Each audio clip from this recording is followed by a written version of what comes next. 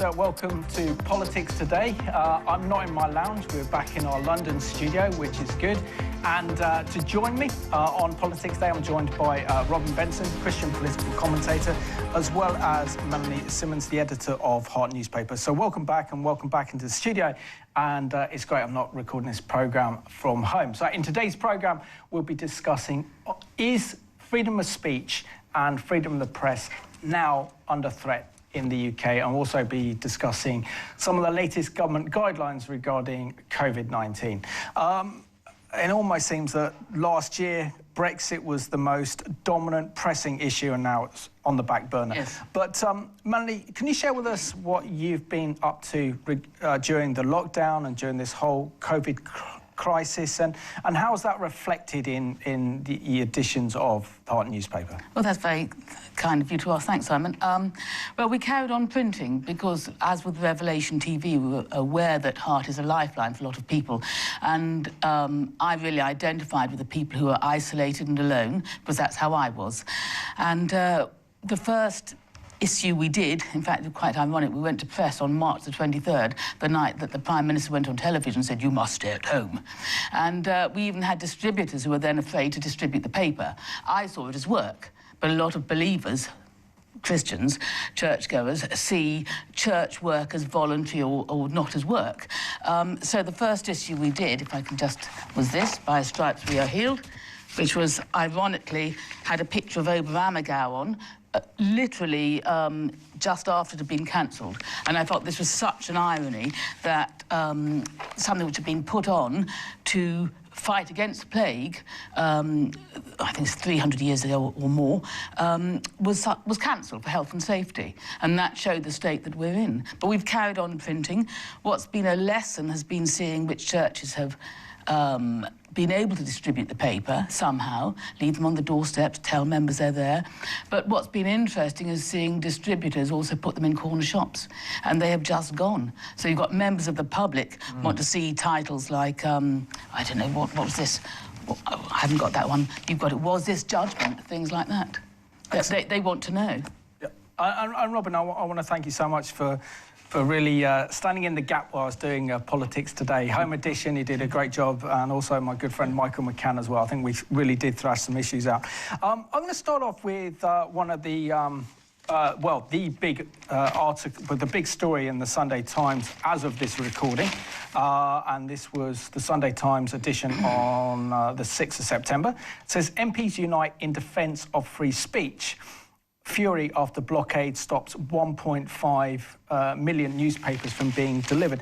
I mean, this is a huge story because we had the extinct rebellion protesters. I think there were over 60 of them all, and they were all at the newspaper plants. And surprise, surprise, the newspapers that they didn't want to go out were the Times and the Sunday Times, the Telegraph and the Daily Mail, essentially, and the Financial Times, the conservative newspapers, really saying that the conservative newspapers don't discuss the issue of climate change.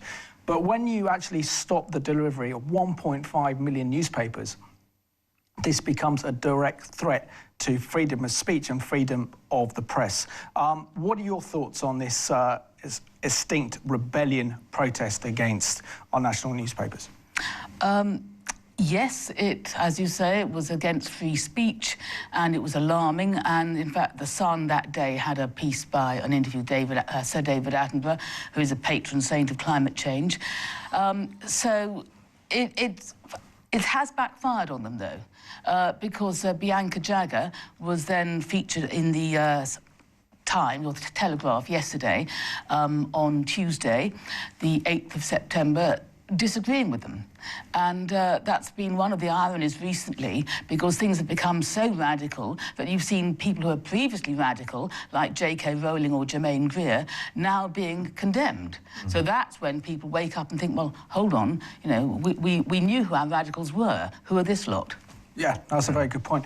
And isn't there a danger that really, Robin, that the COVID-19 global pandemic it is creating extreme movements as people have been locked down for a couple of months, being released, and we're seeing these extreme political, political protest movements emerging that are very, at the very core, are kind of Marxist in orientation. Particularly extinct rebellion, and there is a bigger agenda, not just talking about saving the planet and climate change and getting the government to do more to protect the environment, but actually involves a political ideology to actually overthrow the state and replace it with socialist Marxist government. Yes, but I think we need to recognise that these movements, as so often do, start off with a legitimate cause that they pick up on, that they want to protest over, and people have the right to protest. The problem is, and let's be honest, it's basic sinful human nature.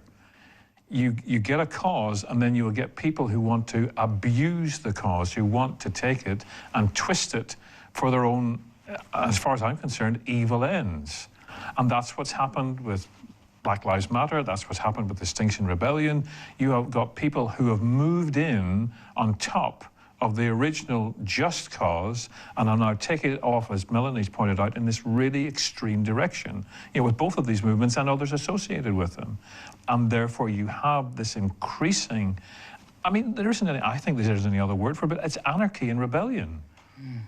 And it's not just kids. It's people of all ages are being sucked into this mindset of constantly challenging authority, but in a way that they don't realize is actually undermining the very foundations of the society in which they live. And they're just eating away at it little by little by little.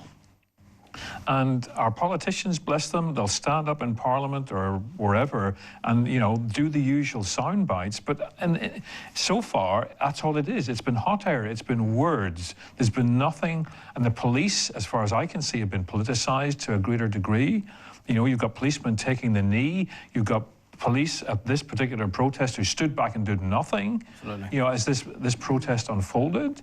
So you have to begin to ask the question, what has happened to the chief elements of our society that those who are actually supposed to uphold the law are actually in collusion to some degree or other with those who are breaking the law, at least standing back and letting them do it.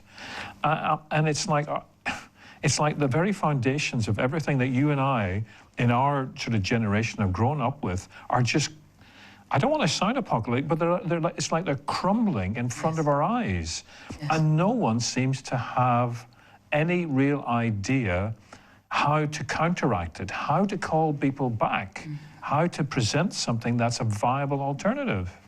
Melanie, is it not surprising that we're seeing the very, as Robin so articulately echoed, that we're seeing the structures of our society break down to the extent that we are now living in what the Bible describes as a period of lawlessness as we're going into the last days. But isn't really the foundational problem of this is that we've moved so far away from our Judeo-Christian heritage and our biblical statutes that society no longer has anchorage, it no longer has any firm set morals, and as an extent that it's actually Christianity that has actually protected our freedoms. And because we're seeing a fundamental attack on Bible-believing Christians and true Christianity from the state, essentially means that our society has moved away from that we're seeing these anarchist groups emerge. We're seeing our democracy being eroded. Yes. And to extent, and this is what I find astonishing, is that all these massive great protest movements are being allowed to take to the streets, and yet Christians are not able to go into their churches. And how can that be good for the spiritual state of the nation? Exactly, yes. Well, Christians are fairly law-abiding. And I hope so. Well, it depends which laws you're going to, there's a whole area here to discuss and think about. And will there be a second wave of believers this winter who think, well, actually, I'm going to do what the Book of Acts says and obey God, not man? But that's a whole area to consider. So there's been a first wave already, in a way, during the lockdown. People are quietly meeting, and even now they've been meeting in fields, etc. But they don't advertise it on Facebook. But yes, people have sort of seen the writing on the wall, that when we're saying that what the Bible abhors is okay, and Christians are prosecuted if they disagree with it, then as believers we don't really have anywhere to go. And what has surprised me is how much has actually taken place under a Conservative government. You wouldn't know if it was a Conservative government necessarily, because we think by nature Boris Johnson is a libertarian, and yet we're seeing these draconian laws coming in, and people don't really know where to turn. As Robin says, there is nowhere to turn. Yeah. Robin, according to the Sunday Times, the government is planning to use existing legislation, and they're calling this the Subversion Power Act, in order to protect key infrastructure of the state, whether that's printing press plants, parliament, courts of law, or even police buildings that are important for the state. And if anyone then decides to block or prevent these key instruments of the state being effectively and working, this could result in prosecution. But isn't there a danger that, as we've seen so far with COVID-19, that so many of our freedoms have actually been curtailed? We've seen more state control of our lives, only in comparison to that of the measures that the government took during the Second World War to defend and protect ourselves. And so they've taken huge liberties away from us as individuals. Isn't there a great danger that the more legislation is passed, that this legislation in the future could be used to attack anyone who doesn't actually agree with the line of the government or the direction that society is taking, meaning that Bible-believing Christians could find themselves at odds under this legislation? Yes. But the reality is, Simon, that those of us who do take the scriptures seriously are already at odds with our government, and we have been for decades. It's not just the Conservatives now, it's the previous Labour administrations. But it's been a creeping, gradual curtailment, or a creeping, gradual confrontation between what the state thinks is acceptable when it comes to all areas of equality and everything that's sort of intertwined with that whole concept. And that clashes against the conscience and the beliefs of many Bible-believing Christians. So it's not something new. It's just, I think COVID has suddenly catapulted us to the position where we are seeing threats like this coming from the government, because they don't know any other way to try and get themselves out of the hole into which they've dug themselves. You know, I listen rarely now, but I listen to the news and I hear these appeals from the Prime Minister and from other senior cabinet ministers. Please go back to work. Even civil servants won't go back to work.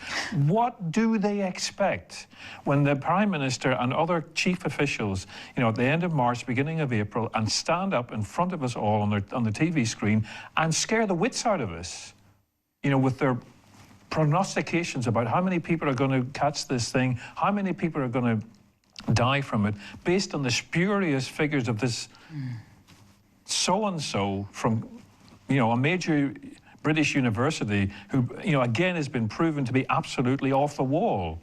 But the government frightened us all into taking these measures, and now they expect people just to forget about it all when the COVID is still there, still having an impact, and just go back to everything as normal. I mean, they're in cloud cuckoo land if they think they can undo the damage they did, you know, 3 or 4 months ago just by making some bland statements and encouraging people to try to go back to work. But, you know, coming back to, I mean, that's a side issue, but it's still part of it. Yes, we are facing the possibility of further and further curtailment of our liberty. But it's because we are in a society where the government actually has effectively, in many respects, lost control. And they do not know any other way to try and pull things back. And this is what this is the only resolution that they can see. Emmanuel, regarding the kind of extreme Marxist protesters that that use the issues and legitimate issues such as climate change and Black Lives Matter in order to push forward a kind of extreme Marxist agenda to overthrow the state, to overthrow capitalism, and looking at the Russian Revolution of 1917, as an example, is very troubling, isn't it? Because by actually blocking the printing plants for the national newspapers, yes, and preventing 1.5 million newspapers from being delivered, this is a fundamental attack on the freedom of the press. How important is, and you write for a newspaper and you're the editor of Heart newspaper, how important is it that journalistic freedoms are upheld during this time and there is a free press, so that the newspapers and the media can actually analyse government policy and government institutions in order to protect our cherished freedoms of liberty and democracy? Well, it's absolutely vital. The only problem is I've sort of listened to the news and I read the newspapers with a big pinch of salt these days, because believers I know have realising that we've been lied to for quite a long time, and in so many ways. That sometimes you get the truth tucked away in an inside page. Yesterday, or I think it was Monday, the Times had something about the persecution of Chinese Christians as well as the Uyghurs, which was refreshing, but it's not the headlines. The headlines is what the government really wants us to hear. And so, yes, I mean, in our newspaper, if I can show this latest one, we actually had a piece by David Curtin, who on Black Lives Matter, and he pointed out that it's cultural Marxism. He's a good man. He's a member of the London Assembly. Well, I'm not playing the BLM game. Headline the law game. I thought it was rather good. And just pointing all of this out, the dangers. And he actually goes back to the Frankfurt School, which developed cultural Marxism earlier in the 20th century, and points out that it's dangerous. And I think if we do tolerate this closing of the press, but also other institutions, even if we don't entirely agree with what they're doing, we are chipping away at our very last foundations. Also, I think what I'm finding very troubling in all of this, Robin, is the fact that our government's authority is being eroded. And I've got tremendous respect for Priti Patel as our Home Secretary. And yet, when it came to the big protests that were actually blocking these printing plants and blocking the newspapers from being delivered, the police were there for hours just watching and observing what was going on, despite the fact, according to the Sunday Times, that Priti Patel was on the phone to the Metropolitan Police Commissioner, Cassandra Dick, and telling her, get your forces to stop these protests, and it took them hours to do so. So are we seeing this lack of police action to get involved and actually protect our democracy and to protect what is so essential for our freedom and liberty, and that's the freedom of the press? Yes, we are. But again, I come back to what I said earlier. It's because the police have been politicized. And they've actually gotten involved in politics themselves by taking a stance on, certain stances on certain issues. And therefore, their authority and the respect with which they are, used to be held by maybe a high percentage of the population has been eroded. But I think we also face the reality that we have politicians, and I agree with you, on your comments about Priti Patel, but sadly, again, she's a bit like the Prime Minister in that it's all words, and so far there's been very little concrete action taken to back up the statements. And I don't know about you, Melanie, I feel sometimes we're being governed by a government of sound bites.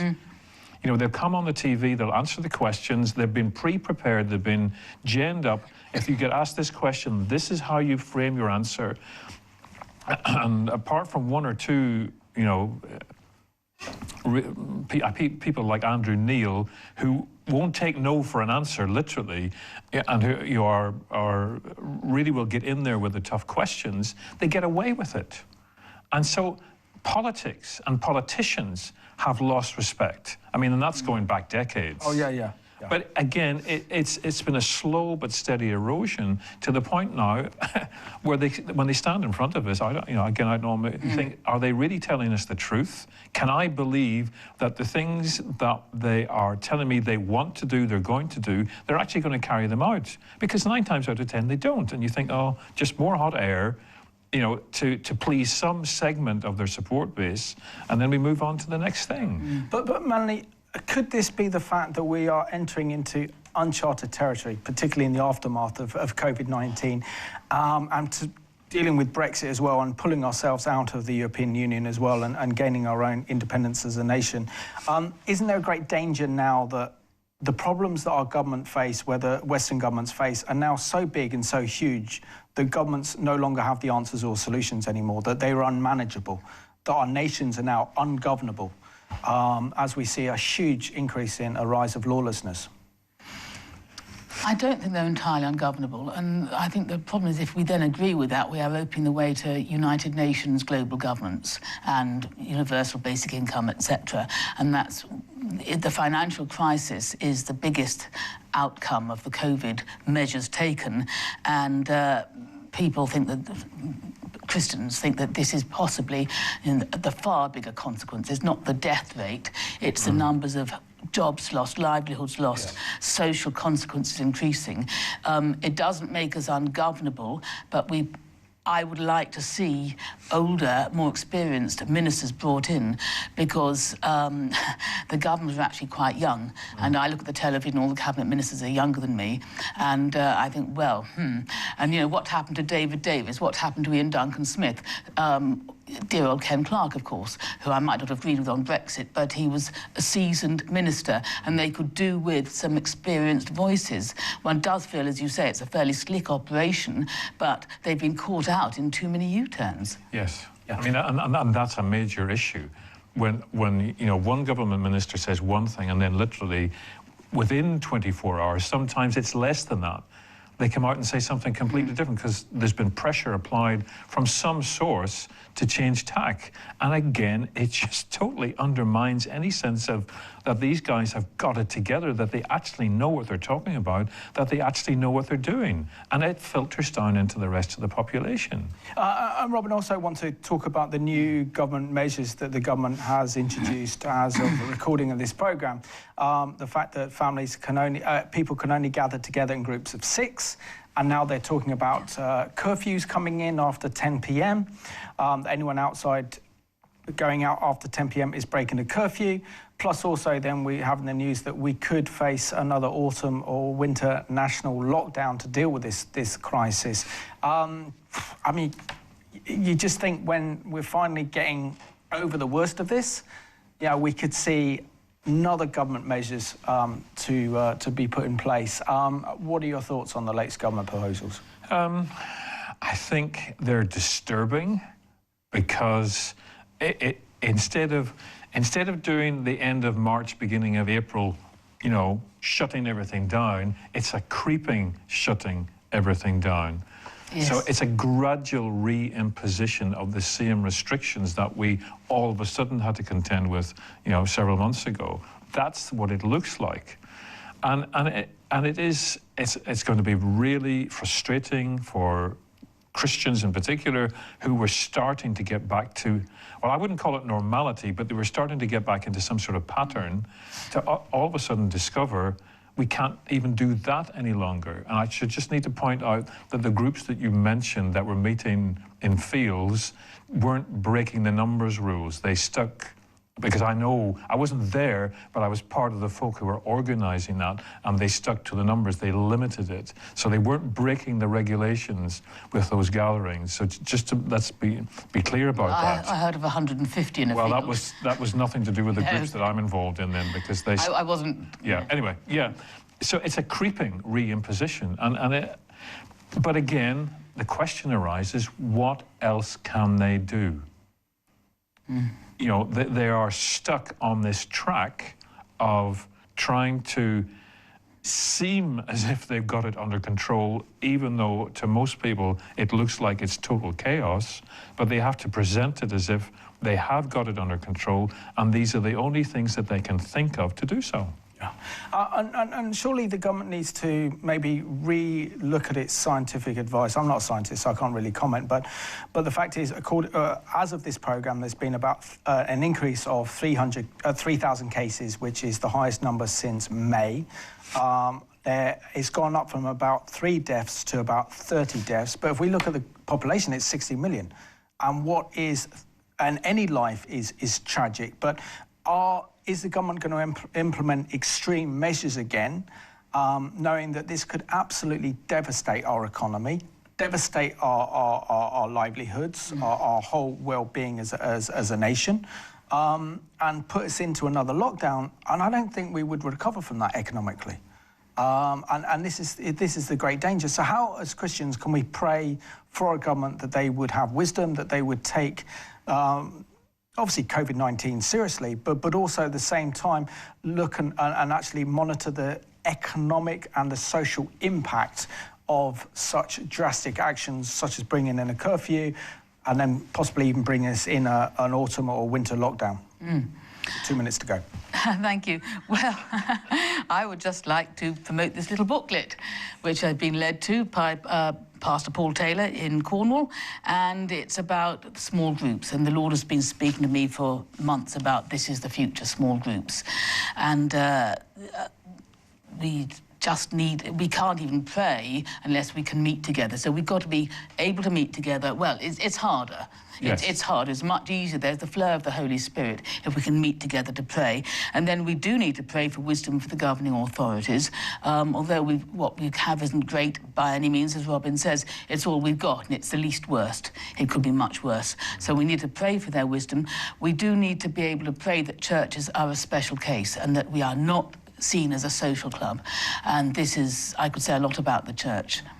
And finally, with about a minute to go, Robin, what are your thoughts on the impact that COVID-19 has had on the church within 30 seconds in terms of COVID-19? I could do a whole programme on that, but you've got 20 seconds. Well, I would encourage you maybe to think about getting Steve Maltz on your programme to talk about his new book, Flockdown, because we aren't asking the question, why has God allowed this? Steve makes a very interesting case that maybe God has allowed this because he's trying to say something to the church in this nation. I'm not talking about anywhere else in the world, but in this nation, and we're not listening. And until we do listen, the restrictions are not going to be lifted. Robin, Melanie, thank you so much for being my guest on Politics Today. And I want to thank you for watching today's programme. It's great to be back in our London studio. We pray that that will continue. No one wants another winter lockdown, and that's why it's imperative that as Christians we support one another, we pray for one another, we phone up our Christians in our churches or our friends that we may not have heard from in a while, just to encourage them, because particularly this time when there is no church, that we have to be there for other people. And we need to pray that our government would have wisdom and discernment in making decisions that are right for our nation. So I want to thank you for watching Politics Today.